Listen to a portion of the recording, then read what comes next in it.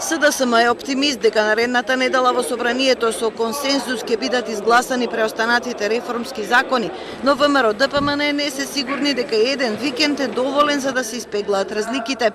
Според владеачката партија постои висок степен на усогласеност, дури и по едно од најсложените прашања во законите за судови и за судски совет, а се однесува на евалуацијата и одговорноста на судиите. Според СДСМ, техничка е причината што вчера не беа изгласани сите закони од реформскиот пакет.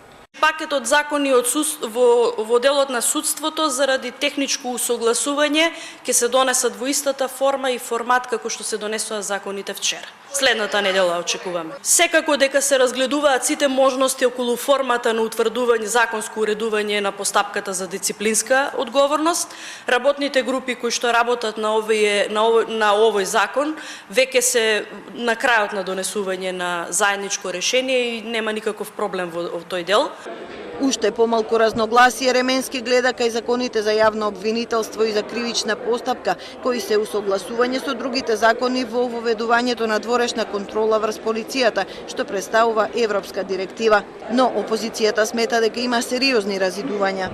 Ние имаме суштински забелешки на предложените закони. Ако не се прифатат, не можеме да дадеме подршка. Поради сериозните разлики, не сум сигурен дека во наредните 2 дена ќе успееме да се усогласиме.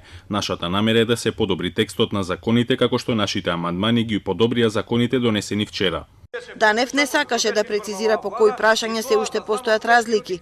Вчера со 86 гласа едногласно беа донесени законите за оперативно-техничката агенција, за следење на комуникациите и за заштитени сведоци.